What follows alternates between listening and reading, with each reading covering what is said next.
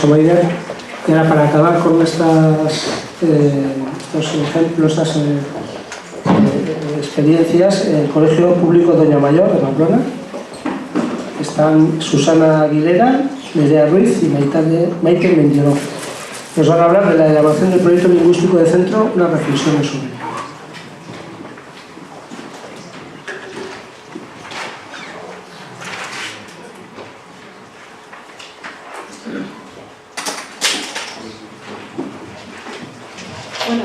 Gracias por la presentación. Venimos del Colegio Doña Mayor de Navarra y pues queríamos aprovechar esta presentación para presentar nuestras reflexiones a la hora de elaborar el proyecto lingüístico de centro y también aprovecharla para animaros y motivaros, porque es una labor que hemos encontrado bastantes dificultades, pero hay que abordarla con ánimo y con motivación. Bueno, empezamos el curso y ya empezamos con las cargas de siempre, y encima este año nos damos cuenta que tenemos que elaborar el proyecto lingüístico de centro. Y llevamos estas cargas y de repente nos acordamos de Spiderman. De Spiderman, porque no lo vamos a poder alcanzar, porque me quiero subir por las paredes. Pues no, yo me he acordado de Spiderman porque lleva siempre una frase que dice que un gran poder conlleva una gran responsabilidad. Me vais a permitir darle la vuelta a esta frase y os quiero decir que tenemos esta responsabilidad del proyecto lingüístico porque realmente todos tenemos un gran poder, y ese poder es el tercer ojo. El tercer ojo es una creencia antigua que dice que todos los seres humanos tenemos un tercer ojo que tenemos que activar. En nuestro caso es lingüístico, somos profesores de lenguas y nos va a permitir pues ver el contexto lingüístico, ampliar la visión del contexto lingüístico de nuestro centro, de la realidad lingüística. Vamos a coger guías de proyectos lingüísticos, vamos a mirar otros proyectos lingüísticos y nos va a pasar que no lo vemos, que corto, que copio, que pego, es que no lo veo. Cuesta tiempo encajar las piezas y con todas las piezas y toda la información, pues poco a poco conseguiremos activar ese ojo y verlo. Y ahora mis compañeras os van a dar las claves que hemos aprendido nosotras y que nos han funcionado para poder tener esta visión. Bueno, ha sido un proceso, os queremos hablar un poco ha sido un proceso de aprendizaje para nosotras, la elaboración del proyecto lingüístico. Ha sido bastante tedioso, nos ha costado varios años, concretamente creo que han sido 4 cursos académicos, para llegar simplemente a lo que es el índice del proyecto lingüístico. Dedicamos 2 años enteros. Luego os vamos a mostrar una serie de actuaciones que llevamos a cabo para partir, ¿no? De dónde partir. No sabíamos muy bien, estábamos perdidas, pero con el asesoramiento del departamento, con la implicación del equipo directivo un poco y pues investigando, buscando, analizando información y haciendo un montón de cosas, pues pudimos ponerlo en marcha, ¿no? Aquí tenéis un poco el índice de la presentación que os vamos a mostrar. Es un poco cómo nos organizamos. Lo primero que os queríamos mostrar un poco es el índice de nuestro proyecto lingüístico, ¿no? De centro, que yo creo que clarifica mucho. Luego un poco el estudio del contexto, de dónde partimos y cómo lo hicimos. Luego también queríamos hablar un poco de la importancia de lo que es el proyecto lingüístico de centro relacionado con el TEC y el proyecto de atención a la diversidad, que tiene que ir de la mano, ¿vale? Y para terminar un poco casi lo que más nos importa y lo que más nos preocupa y ocupa, que son las dificultades y las reflexiones a las que hemos llegado, ¿no? Y conclusiones. Bueno, aquí tenéis el índice de nuestro proyecto lingüístico de centro. Es algo a lo que nos costó llegar, yo creo que fueron 2 años, como os he dicho. Al principio estábamos absolutamente perdidos todos, no sabíamos por dónde arrancar y nos ha parecido interesante mostraros un poco los puntos que nosotros tenemos en el proyecto lingüístico. Nos faltaría ahora mismo ponerlo en práctica y ver realmente la practicidad, no sé hasta dónde llegamos y modificarlo, porque es algo que no es estático, es dinámico y nos va a tocar cambiar muchas cosas. Tenemos esta serie de puntos, pues un poco la introducción, el análisis de la situación con las características, ¿no? No os lo voy a leer porque lo tenéis en pantalla. Y luego un poco los objetivos lingüísticos, el planteamiento lingüístico que tenemos nosotros junto con nuestra metodología y un poco la sensibilización del profesorado y del resto del alumnado hacia otras lenguas y la formación. Y para terminar un poco el plan de actuación y la evaluación del PLC, ¿vale? Ahora Susana nos va a comentar un poquito cómo comenzamos. Bueno, pues como ha dicho Carmen anteriormente, es muy importante el estudio del contexto. Por eso nosotras decidimos profundizar sobre este aspecto haciendo un censo de lenguas, ¿vale? Es una idea que se nos ocurrió porque nosotras tenemos Tenemos las lenguas académicas, pues como es un PAI, pues tenemos inglés, castellano y euskera como optativa, pero nosotros somos comunidad de aprendizaje, entonces, claro, esta visión se amplía un poco, no solamente en nuestra comunidad están las lenguas académicas, sino que también queríamos un poco ver cuáles eran las lenguas de la comunidad, ¿no? Entonces, para esto, pues hicimos un censo de lenguas, teníamos una experiencia previa que habíamos hecho en nuestro centro, y un poco pues seguimos la misma metodología. Cogimos, pues fue una cosa muy sencilla de andar por casa, ¿no? Cogimos y preguntamos a todos los niños del centro una notica a casa y ellos con esa notica recogimos la información, el 100% de los datos, y aquí pues veis el resumen de lo que es la gráfica del censo. Encontramos unas 27 lenguas, ¿vale? Esto a mí me sorprendió porque yo venía de otro contexto en el que había pues, un centro con muchísima inmigración. Sin embargo, el número de lenguas de la comunidad no variaba mucho, ¿vale? En el otro centro eran unas 30 y en este centro, que no había tanto porcentaje de inmigración, eran 27. O sea, en cuanto a diversidad, pues bueno, son contextos bastante parecidos. Lo que sí que cambiaba era, me voy a enseñar ahora, lo que sí que cambiaba era un poco el porcentaje de las lenguas mayoritarias, ¿vale? Aquí no aparece, pero sí que tengo aquí el dato, no me lo sé de memoria. Bueno, aquí veis eso, esto es un gráfico de las lenguas mayoritarias, veis que mayoritariamente se habla español, ¿vale? Castellano, y luego pues está el árabe, el búlgaro, el rumano, vemos un poco la presencia de las lenguas, ¿vale? En nuestro centro, cómo están distribuidas. Eso, el 77% de los alumnos utilizaba el castellano como primera lengua, como lengua 1 o lengua materna, como queréis decir. Y entonces, esto sí que era lo que variaba con respecto al otro contexto, ¿vale? El otro contexto era un 50%. Y eso, pues claro, metodológicamente tiene unas implicaciones muy importantes. Si tenemos un alumnado que en la L1 es mayoritariamente el castellano, tendremos un tipo de actuaciones más interesantes, más efectivas, etc., ¿no? Todo esto, la implicación pedagógica que conlleva. Y otros datos interesantes que sacamos de esta experiencia del censo fue pues, que alrededor de un 19% del alumnado era bilingüe, ¿vale? Hablaban normalmente dos lenguas, y un 5%, alrededor de un 5%, trilingüe, ¿vale? Que manejaba 3 lenguas en casa y en la escuela. Aquí vemos, pues como un pequeño resumen de esto, pues que era muy importante cuantificar. Una vez que pones un número, ¿vale? Es más fácil visibilizar, hacer esta realidad un poco más visible a la hora de sensibilizar al profesorado, porque muchas veces era como, oíamos un comentario, este niño pues ha venido pero no tiene lengua. Y ahí va, ¿no? Pues estamos obviando, ¿no? Ignorando que si el niño en su casa pues tendrá alguna lengua, no sé, comunicar así, ¿no? Con un cantar. Quiero decir que al final no tiene lengua. A partir de esto sí que comentaba Maite antes, pues ahora yo creo que no he oído más ese comentario, ¿no? Desde que hicimos el censo de lenguas es como, ay sí, que los niños hablan otras lenguas en casa. Vale, ¿no? Vamos a tenerlo en cuenta. Y luego otra cosita que nos parecía interesante es nacionalidad versus lengua. En el Educa tenemos unos datos que nos vienen y manejamos nacionalidades, pero la nacionalidad no es sinónimo de lengua. Por ejemplo, tenemos niños que vienen de Nigeria y pueden hablar inglés y otra lengua, pero claro, solo en Nigeria se hablan unas 500 lenguas. Entonces, ¿cuál es la lengua que habla ese niño en su casa, no? Entonces, claro, es un poco como, ¿qué datos tenemos del Educa? Tenemos nacionalidades. Si queremos tener más información, censo de lenguas. Igual quizá, no sé, igual esto es una idea que nos venía un poco romántica, pero que se podría recoger un poco datos en el Educa de lenguas maternas, ¿no? Vamos a hacer la matrícula y, ¿no? Porque esto al final es un censo de lenguas de un momento muy puntual, pero es una realidad variable y quizás nos sería interesante tenerlo como más sistematizado. Bueno, nosotros soltamos así ideas que se nos ocurren, ¿no? Luego, pues a raíz de esto, decidimos un poco trabajar y fomentar la sensibilización y la concienciación del profesorado, porque veíamos este tipo de cosas, ¿no?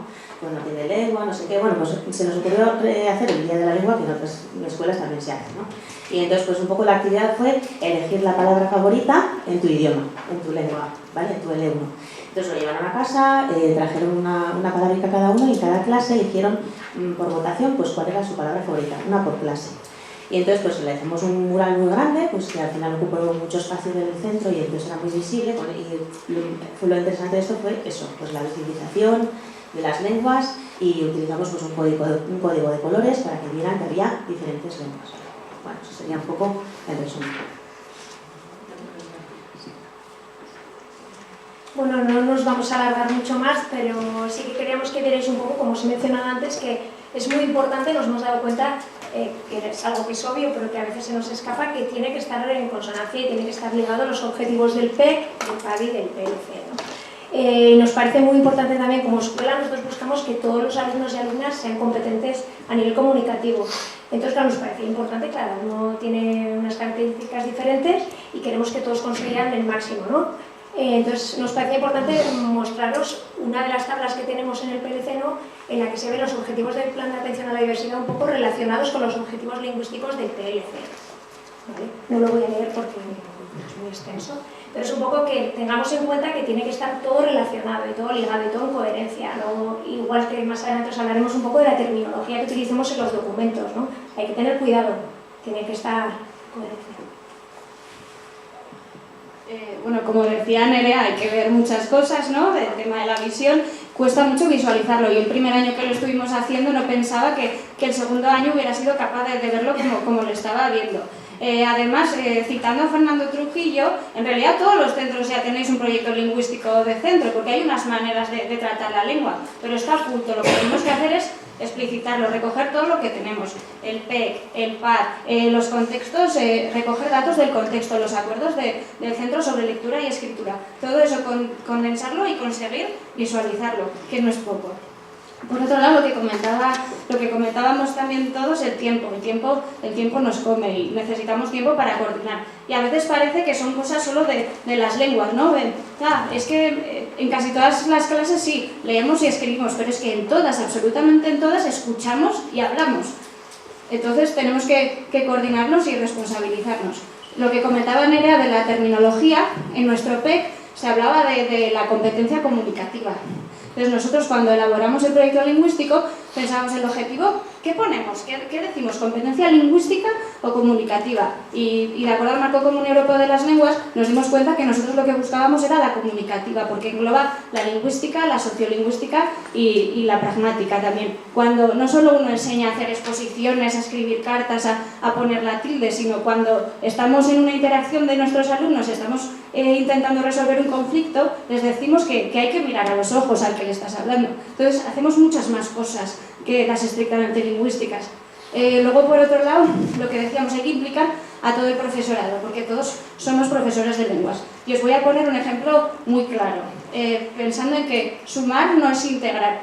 Nosotras somos profesoras todas de inglés y nos hemos encontrado a veces con la inercia de, bueno, pues en castellano ya tenemos atados unos acuerdos, vosotros pues vais metiendo, vais sumando y ya está. Pues eso no funciona así. Y el ejemplo que pondríamos es, imaginaros, ¿no?, que un día llegamos a clase, ¿no?, y entra el profesor de educación física y nos dice, hoy vamos a aprender a atarnos las zapatillas de deporte. Y todos aprendemos a atar las zapatillas. La segunda hora viene otro profesor y vamos a atar zapatos de cordones. Viene la tercera hora, zapatos náuticos. La cuarta hora y botas. ¿Qué habéis hecho en el cole? Pues hemos estado atando cordones todo el día. Quiero decir, es bueno conocer qué está haciendo el compañero. Si tú vas a enseñar a atar los cordones, ya les voy a enseñar yo a ponerse la plantilla, a cómo limpiar, a curarse una rozadura y así completarlos. Porque al final siempre nos pasa que vamos todos muy cargados porque todos queremos hacer todo y si repartimos, si integramos, en vez de sumar, pues la carga se reparte y es mucho más fácil de llevar. ¿Y ahora? Sí, el mapa de género, salido de esto el mapa de géneros, que es bueno saber lo que hace el compañero. Eso. Bueno, pues en cuanto al plan de actuación, queríamos comentar eso, pues simplemente que a la hora de redactarlo nosotras pues vimos que desde el departamento nos marcaban que teníamos que hacerlo a 3 años. Entonces empezábamos a poner actuaciones, pues esta para el 2018-19 y esta, bueno, pues igual 19-20, no, esa déjala 20-21 entonces en realidad era como una sensación de lo que no me apetece lo dejo para el 21 y al final a ver si se me olvida, ¿no? El rollo fue que nos dimos cuenta que para que sea práctico hay que hacer, en vez de a 3 años, yo lo plantearía 1 más 1 más 1, es decir, plan de actuación, sí, vamos a tener esa visión de 3 años, vamos a hacer actuaciones que vayan a ocupar esos 3 años, pero vamos a plantearnos qué vamos a hacer este año y en una tablita. Y qué vamos a hacer el siguiente año y otra tablita, ¿no? Un poco revisar al final del primer año y ver si empezamos con la segunda tablita o estamos con la primera todavía. Es un poco como cambio de planteamiento, ¿vale? Porque sí que veíamos que a 3 años, pues aquello se perdía un poco en la inmensidad. Y eso, pues que sea básicamente eso, te ayuda a que sea práctico, vaya. Las tomas de decisiones respecto a los objetivos, pues por supuesto, si nosotros partimos de un estudio del contexto interesante y que está súper trabajado, pues vamos a poder, ¿cómo se dice? Podemos poner los objetivos mucho más acordes a nuestras necesidades, ¿no? Y luego, pues este apunte final era un poco viendo la evaluación, claro, a la hora de evaluar el PDC cogíamos un poco las pruebas internas y las pruebas externas del cole, ¿no? Entonces, las pruebas internas al final tienen un montón de cambios, la gente va cambiando, viene una persona y dice, ¡ay, este examen, no! Al final esto no lo he dado, lo cambia, no sé qué. Entonces, las pruebas internas varían y entonces es difícil analizar los datos, ¿vale? Porque yo estoy así, soy una persona que me gustaría analizar los datos, entonces veo que al final las pruebas internas no te dan una información muy... no sé, cómo decir, muy concisa o no sé si está del todo claro, porque si las pruebas internas van variando cada año, tienes un histórico y tienes unos datos, pero no son del todo fiables. Lo mismo pasa con las pruebas externas. Llevan 2 o 3 años, no sé decir, que son estables, ¿no? Pero si echas un poco la vista atrás, pues claro, las pruebas externas han sido un año en tercero, otro año en cuarto, otro año en sexto, ha habido pruebas del PAI, ha habido pruebas externas de diagnósticas de no sé qué. Entonces al final tú coges esas pruebas y las escalas también son diferentes. No puedes del todo como analizar los datos así para sacar información y como muy preciso, ¿no? Entonces era una de las dificultades que veíamos a la hora de recopilar datos. Y las reflexiones finales. Ya un poco para terminar, aunque ya hemos mencionado un poco para que os quedéis con estas ideas, sí que vemos importante la necesidad de una comisión como grupo motor que no es exclusivo y que no sea el único que realice el proyecto lingüístico, porque nosotros el primer año nos encontramos con el problema de que éramos todas de inglés, una de euskera y de castellano, pues sí, luego 2 personas ayudaban, pero tiene que haber de todas las lenguas presentes en el centro y de diferentes etapas, quiero decir, y de educación y de primaria, para tener una visión mucho más global y no dejarnos nada, ¿no? Abarcar un poco todo. Que el documento sea práctico, que sea algo de utilidad, ¿vale? Luego también el estudio del contexto que sea ajustado. Cada centro tiene unas características diferentes y eso hay que tener en cuenta, hay una realidad lingüística distinta. El plan de actuación, como ha mencionado Susana, que sea anual, mejor que sea más concreto, aunque tengamos la visión a 3 años y tengamos un poco desarrollado, pero que sea anualmente cuando veamos los objetivos que tenemos y que queremos lograr, ¿no? Luego el mapa de géneros desglosado por niveles e idiomas sí que nos parece importante, es un poco a colación de lo que ha dicho Maite de los zapatos. Pues es lo que decíamos, hacer una descripción en castellano, inglés, euskera, alemán, si es que la descripción siempre tiene la misma estructura, ¿para qué la vamos a trabajar en los 3 idiomas, en todos los niveles? Al final aburrimos, entonces un poco dividirnos, ¿no? Dividir el mapa de géneros por idioma, por nivel y coordinarnos entre todos, incluso si vamos a trabajar, como cuando trabajamos los proyectos, un tema en concreto, dividirlo, que podemos dividirlo en diferentes fases, ¿no? Y en diferentes actividades. Y pues para terminar, utilizar un poco el EDUCA, como hemos mencionado, para recoger información, ¿no? Como la nacionalidad versus uso. Y aquí os hemos dejado unos links que nos han servido a nosotras de utilidad un poco. Si queréis sacar una foto o nos compartirán con la presentación. Nos parecía interesante porque no veíamos la luz y yo creo que hay muchísimos más, pero con estos se puede echar a andar junto con la ayuda del departamento, las orientaciones que nos van dando y luego también la implicación del equipo directivo, que también es importante, y del resto del profesorado, no solo de los profesores de inglés o de euskera o de francés o de castellano, todos, hay que ir a una y no es 1 más 1, sino es integrar, delegar y trabajar en conjunto, ¿no? Y nada, queríamos acabar con esta diapositiva que nos parece importante porque nosotras no veíamos la luz y al final la vamos viendo, aunque ahora veremos al ponerlo en práctica si realmente funciona. Y daros las gracias por vuestra atención. Esperamos que os haya servido de ayuda.